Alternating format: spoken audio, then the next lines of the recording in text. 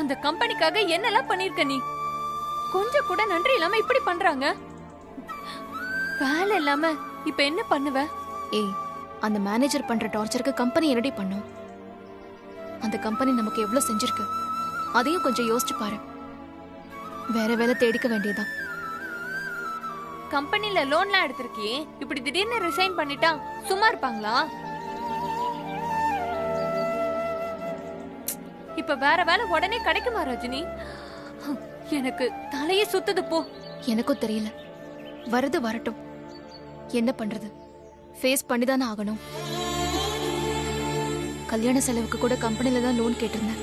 ரஜினி, வீட்டு சூழ்நிலையை எப்படி சமாளிக்க போற? கல்யாண வேலையை பாப்பியா இல்ல புது வேலையை தேடுவியா? உன் வீட்டுல இருக்கிறவங்களுக்கு தெரிஞ்சா என்ன ஆகும்? இத பத்தி யார்கிட்டயும் சொல்ல வேண்டாம் அனிதா. அதானே, ஏன்டே இப்படி இருக்க? இப்படி உன் கஷ்டம் என்னன்னு யார்கிட்டயும் சொல்லாம மறைச்சு வைக்கிறனாலதான் அவங்க எல்லாருக்குமே ஈஸியா போச்சு. உன் பணத்தை எடுத்து அவங்க ஐஃபையா செலவு பண்ணி ஜாலியா இருப்பாங்க. நீ ரூம்குள்ள உட்காந்து தயிர் சாதம் சாப்பிடுவ. விடுடி, நம்ம பிரச்சனையை நாம தானே பாத்துக்கணும். இது உன் பிரச்சனை மட்டும் இல்ல ரஜினி, இது இந்த குடும்பத்தோட பிரச்சனை. சரி, நீ மட்டும் தான் வேலைக்கு போணுமா? ஏன் ராதிகா படிக்கலையா, முரளி படிக்கலையா? ஏதாச்சும் ஒரு வேலைக்கு போய் உனக்கு சப்போர்ட் பண்ணா உன் பாரமாச்சும் குறையும்ல. அவ கஷ்டப்பட்டு வேலை பார்த்து சம்பாரிச்சா இப்படி அசால்ட்டா காஸ்ட்லி போன் வாங்கி கொடுப்பாளா? நீதான் அவங்கள பொறுப்பு இல்லாம ஆக்குன. இந்த குடும்பத்துக்காக உழைக்கிற இவங்களுக்கும் உன் அருமை தெரியல, அந்த கம்பெனிக்காக அவ்வளோ உழைச்ச அவங்களுக்கும் உன் அருமை தெரியல. உன் தப்பா அவங்க தப்பான்னு எனக்கு சுத்தமா புரியல.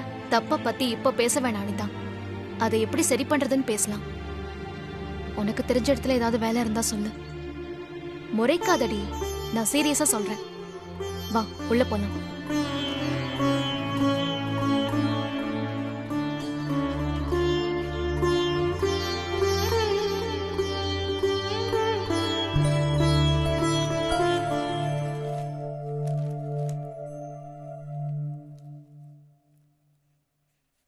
திவ்யா அக்கா, என்னாச்சு? நீ ஏன் இன்னும் வீட்லயே இருக்க? இன்னைக்கு உனக்கு எக்ஸாம் இருக்குன்னு சொன்னல, மதியம் தான் எக்ஸாமா? இல்லக்கா, அது இப்படி சொல்லாம இருந்துதா இன்னைக்கு எக்ஸாமுக்கே போக முடியாம நிக்கிற. சொல்லி தொலையண்டி. நானே உனக்கு போன் பண்ணணும் தான் நினைச்சேன் ரஜினி. எக்ஸாமுக்கு போக முடியாதா? ஏன் திவ்யா, என்னாச்சு? வாயை திறந்து சொல்ல. அது காலேஜுக்கு என்ன? அது இல்லக்கா, காலேஜ் ஃபீஸ் கட்டல. அது கட்டினாதான் எக்ஸாம் எழுத முடியும். என்னது, ஃபீஸ் கட்டலையா? இப்ப வந்து ஃபீஸ் கட்டலன்னு சொல்ற? முன்னாடியே சொல்ல வேண்டியதானே? இப்படி லாஸ்ட் மினிட்ல வந்து சொல்றிய திவ்யா? அக்கா, ஏற்கனவே வீட்ல ரொம்ப கஷ்டமா இருக்கு. ராதிகா அக்கா கல்யாண செலவு வேற, அதான். என்ன திவ்யா பேசுற? எப்படி இருந்தாலும் நாம தானே ஃபீஸ் கட்டி ஆகணும். சரி, எவ்வளவு கட்டணும்? ஆரம்பத்துல இருந்தே நம்ம எதுவும் கட்டலக்கா. 1.5 லட்சம் ரூபாய் கட்டணும்க்கா.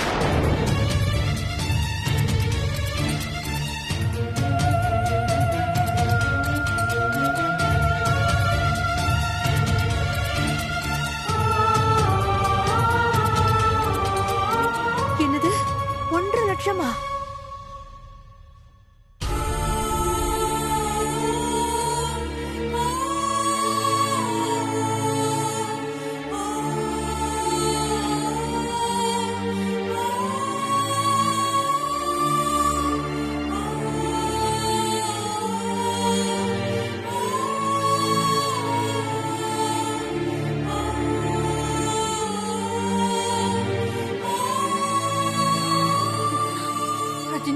அவ்வளவு பணத்துக்கு இப்ப எங்கடி போறது?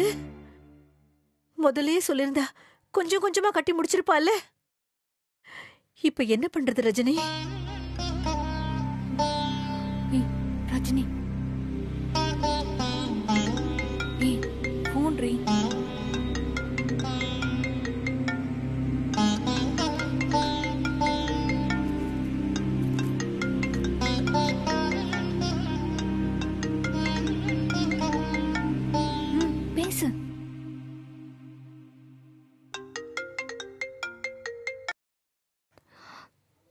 ஹலோ.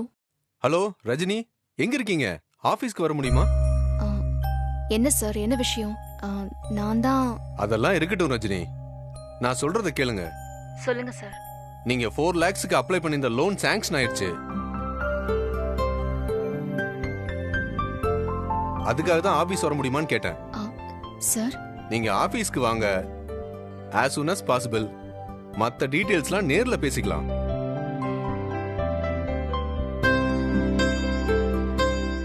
என்னாச்சுடி?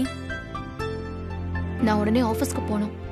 நீ திவ்யா கூட காலேஜுக்கு போய் எக்ஸாம் எழுதுறதுக்கு பெர்மிஷன் கேளு. நாளைக்கு பணம் கட்டிடலாம். சரி.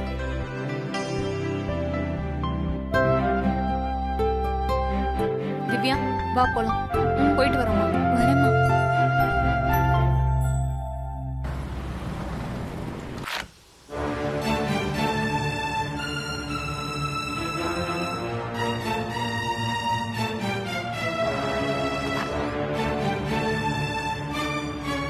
சார், வாங்க ரஜினி, ப்ளீஸ் உட்காருங்க.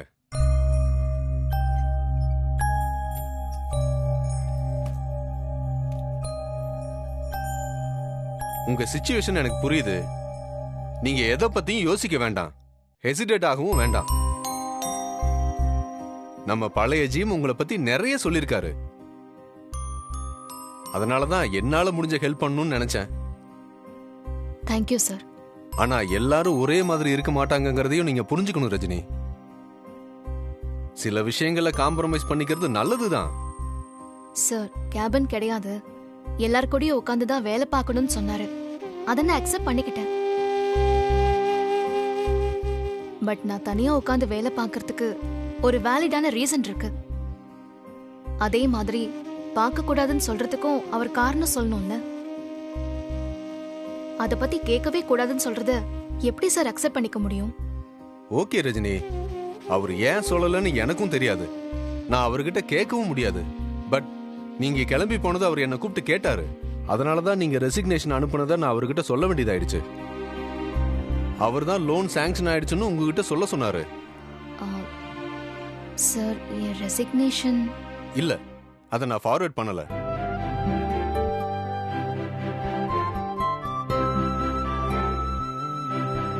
Thank you sir.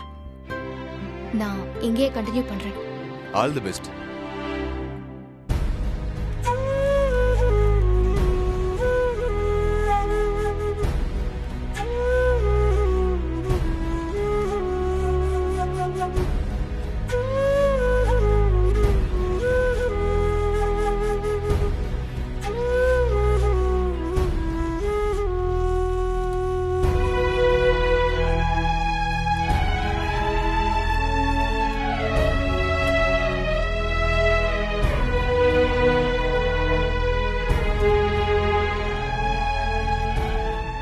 ரெசிக்னேஷன் கொடுத்துட்டேன்னு தெரிஞ்சும் எப்படி லோன் சாங்ஷன் ஆயிருக்குன்னு இன்ஃபார்ம் பண்ண சொல்லியிருக்காரு. என்னன்னு புரியலையே. ஆனா இந்த ஆள் கிட்ட ரொம்ப கவனமா தான் இருக்கணும். Welcome back miss Rajini.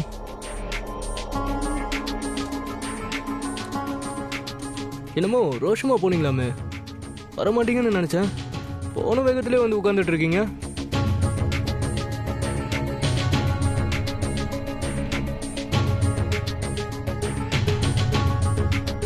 வேலையே வேணாம்னு சொல்லிட்டு போனீங்க. 4 lakhs சொன்னதும் அப்படியே ஜீபும்பா போட்ட மாதிரி வந்து உட்கார்ந்துட்டு இருக்கீங்க.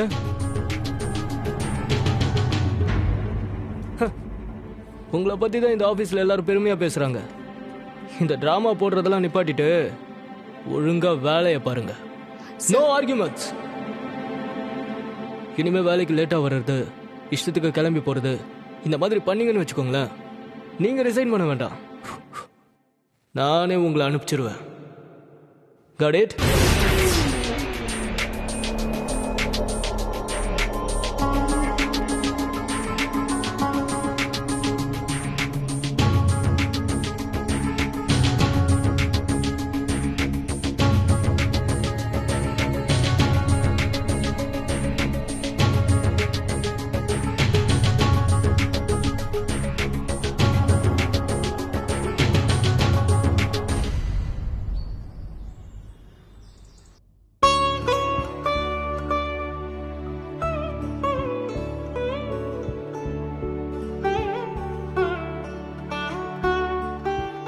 எப்ப பாரு ஏதாவது பதட்டத்திலேயே இருக்கு என் வீடு.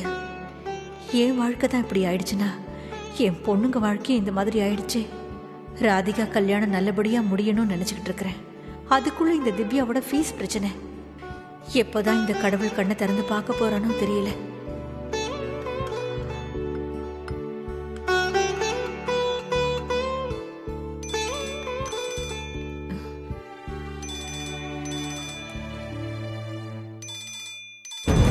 சம்மந்தி அம்மா, இவங்க எதுக்கு ஃபோன் பண்றாங்க இப்போ?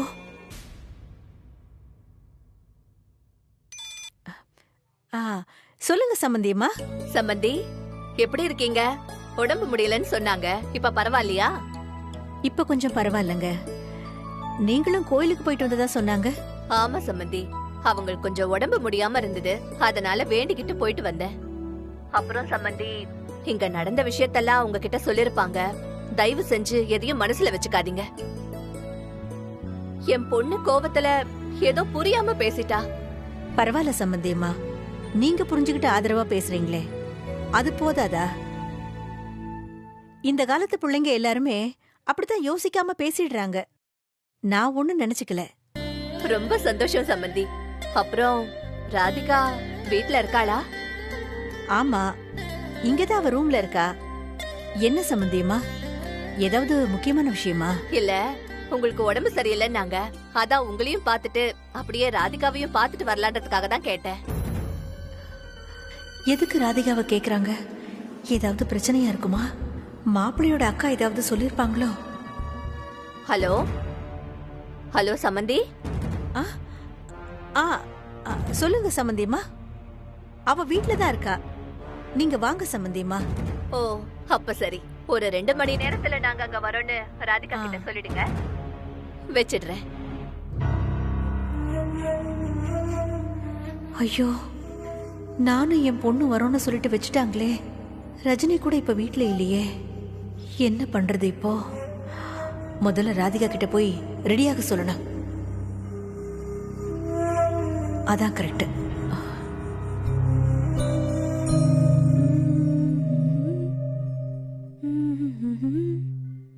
ராதிகா, ராதிகா, ராதிகா.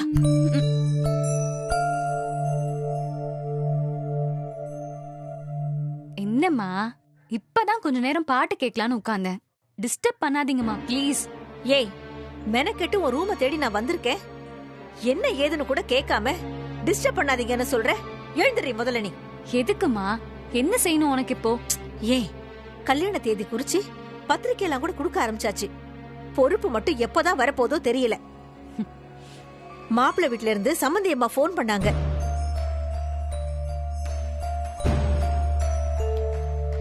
ஃபோன் பண்ணாங்களா? எதுக்கு? அவங்களும் அவங்க பொண்ணும் உன்னை பார்க்க இங்க வராங்களாண்டி. ஏன் அங்க வச்சு நம்மள அவமானப்படுத்தினது பத்தலையாமா? இங்க எதுக்கு இப்ப வராங்க? என்ன எதுக்கு அவங்க பார்க்கணும்? இங்க பாரு, இந்த மாதிரி பேச்செல்லாம் நீ குறைக்கணும் ராதிகா. அவங்க எதுக்காக வராங்கன்னு எனக்கு எப்படி தெரியும்? அதெல்லாம் ஒண்ணும் சொல்லல. அவங்க வரேன்னு சொல்லிருக்காங்க. நீ ரெடி ஆயிரு, அவ்வளவுதான். நான் எதுக்குமா ரெடி ஆகணும்? அன்னைக்கு ரெடி ஆகி தானே அவங்க வீட்டுக்கு போனேன், அது போதும். அவங்க வராங்கன்னுலாம் என்னால அலங்காரம் பண்ணிட்டு நிக்க முடியாது. ஏண்டி இப்படி பேசுற? இந்த கல்யாணம் நல்லபடியா நடக்கணும் ராதிகா. தேவையில்லாம எதையாவது பண்ணி வைக்காத. அது எல்லாம் எனக்கு தெரியுமா. அன்னைக்கு அவங்க கொடுத்த மரியாதைக்கு இன்னைக்கு நான் எப்படி பதில் மரியாதை கொடுக்கறேன்னு மட்டும் பாருமா. நீ போமா ராதிகா, நீ போமா, நான் பாத்துக்கிறேன்.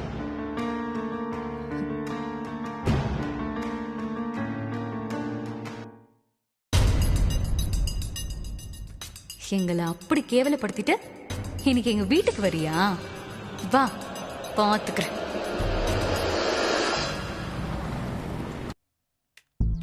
பிரசன்டேஷன் பேப்பரை பிரிண்ட் அவுட் எடுத்துட்டீங்களா? இல்ல மேடம். மேடம், இன்னும் எடுக்கல. பிரிண்ட் எடுத்துருவா? ஆமா, ரிஸ்கே எடுக்காதீங்க. பேப்பரா கையில இருந்தா நல்லதுதான். பிரிண்ட் அவுட் எடுத்துருங்க. Okay madam. நான் பிரிண்ட் கொடுத்துறேன். Okay madam.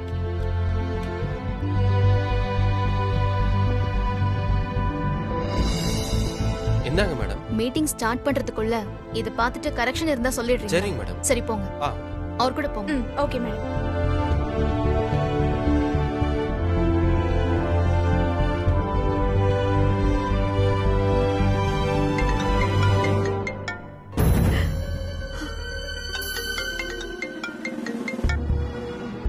சொல்லுமா.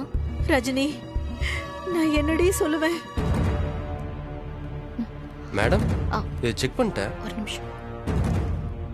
என்னாச்சுமா? உன் குரல்லயே ஒரு மாதிரி இருக்கு. என்னத்தன்னு சொல்லுவேன்? மாப்பிள்ளை வீட்ல இருந்து ஃபோன் பண்ணிருந்தாங்கடி. எதுக்கு? யார் பேசுனாங்க? என்ன சொன்னாங்க? மாப்பிள்ளையோட அம்மா தான் பேசுனாங்க. அவங்களும் அவங்க பொண்ணும் ராதிகாவை பார்க்க வரேன்னு சொன்னாங்க. இதுக்கா இப்ப எனக்கு கால் பண்ணி டென்ஷன் ஆயிட்டு இருக்க? அவங்க வந்தா பார்த்துட்டு பேசிட்டு போறாங்க. யார பாப்பாங்க? யாரோட அவங்க பேசுவாங்க? உன் தங்கச்சி தான் இப்படி அநியாயம் பண்றாளே. அம்மா, தயவு செஞ்சு என்னன்னு முழுசா சொல்லுமா. எனக்கு இங்க மீட்டிங் வேற இருக்கு. என்ன ஆச்சுன்னு சொல்ல. உன்னை தொந்தரவு பண்ண வேண்டாம் தாண்டி நினைச்சேன். இந்த ராதிகா கிட்ட விஷயத்த சொல்லி ரெடி ஆகுன்னு சொன்னேன். கோவப்பட்டு கத்துனா. இப்ப போய் பார்த்தா ரூம்ல அவளை காணோண்டி. வீடு முழுக்க தேடி பார்த்தா எங்கேயுமே அவளை காணோம்.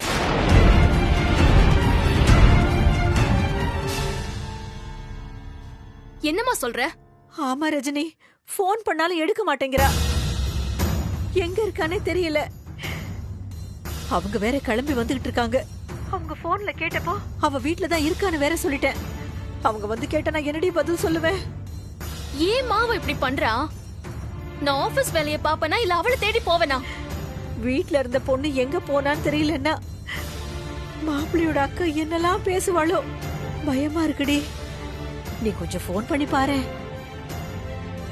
உன்னால வீட்டுக்கு வர முடியுமா ரஜினி? சரி வரேன், வை.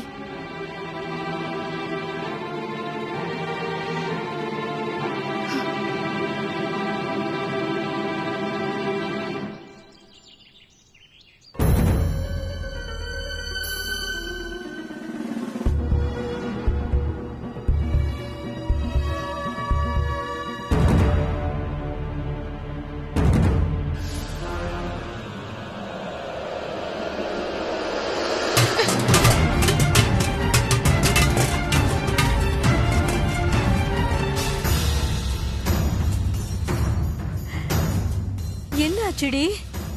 என்னம்மா என்னாச்சுன்னு என்கிட்டே கேக்குற? வீட்ல இருந்தவ எங்க போறான்னு கூட கவனிக்காம நீங்களா என்ன பண்ணிட்டு இருக்கீங்க? அவங்க வந்தா சாப்பிட ஏதாச்சும் குடுக்கணுமேனு நான் அடுப்படியில வேலை பார்த்துக்கிட்டு இருந்தேன். இவ இப்படி சொல்லாம கொள்ளாம கிளம்பி போவான்னு எனக்கு எப்படி தெரியும்? ஆபீஸ்ல இருக்கும்போது கூட என்னால நிம்மதியா வேலை பார்க்க முடியல.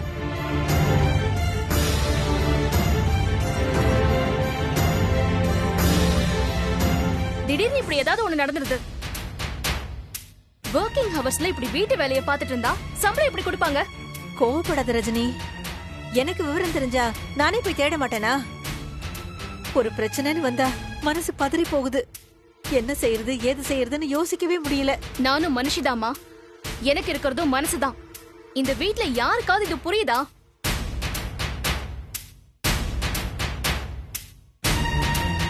இப்படி பண்ண நான் என்னதான் பண்ணுவேம்மா? சரி, அவ எங்கதான் போனா? அவ இல்லன்னு எப்ப பாத்தீங்க நீங்களா? அவங்க வராங்க. ராதிகா ரெடி ஆயிட்டு இருக்கான்னு முரளி கிட்ட சொன்னேன். அவன்தான் ராதிகா வெளியில போயிட்டான்னு சொன்னான். ரூம்ல போய் பார்த்தா அவ இல்ல. போன் பண்ணாலும் எடுக்கல. முரளி, அக்கா, அவ எங்க போறான்னு நீ கேக்கலையா? கேட்டா உன் வேலையை பார்த்துட்டு போன்னு வா. அவகிட்ட நான் ஏன் கேட்கணும்?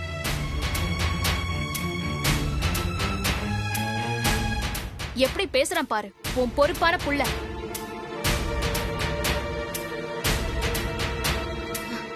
இப்ப நான் அவளை எங்கன்னு போய் தேடுவேம்மா? அவ போன்ல ஃபேஷியல் மட்டும் பண்ணா போதும்னு பேசிட்டு இருந்தா. பார்லருக்கு போயிருக்க வாய்ப்பு இருக்கு. எப்பா சாமி, இதையாச்சும் பொறுப்பா கவனிச்சியே, ரொம்ப நன்றி. அவ அங்கதான் போயிருப்பா. நான் போய் கூட்டிட்டு வந்துடுறேன்.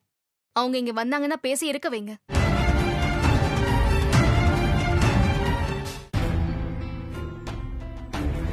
என்ன நடக்க போகுதுன்னே தெரியலையேடி. வீட்ல இருக்கிறவங்கள பத்தி கவலையே படாம இந்த ராதிகா கிளம்பி போயிருக்காளே. பெத்தவ ஒருத்தி வீட்ல இருக்காளேன்னு கொஞ்சம் கூட மரியாதையே கொடுக்காம ஆள் ஆளுக்கு இஷ்டத்துக்கு எதையாவது பண்ணிட்டு போயிடுவீங்க. கடைசியில அவகிட்ட திட்டு வாங்குறது நான் தான். அம்மா, ராதிகா பண்ணதுக்கு எல்லாரும் ஏன் திட்டுறீங்க? டேய், நீ பேசாதடா. ஒன்னாலே ராதிகாவாலையும் தான் நான் ரஜினி கிட்ட எப்ப பார்த்தாலும் திட்டு வாங்கிட்டே இருக்கேன். நம்ம ரஜினி அக்கா கிட்ட திட்டு வாங்க வச்சது பத்தாதுன்னு அரவிந்த் மாமாவோட அக்கா கிட்டயும் உங்களை திட்டு வாங்க வைக்கலான்னு பிளான் பண்ணிட்டான்னு நினைக்கிறேன் ராதிகா அக்கா. நீ சும்மா ரெடி, நீ வேற டென்ஷன் ஆக்காத. நம்ம ரஜினி ராதிகாவை பாத்துருப்பாளா? கூட்டிட்டு வந்துருவாளா?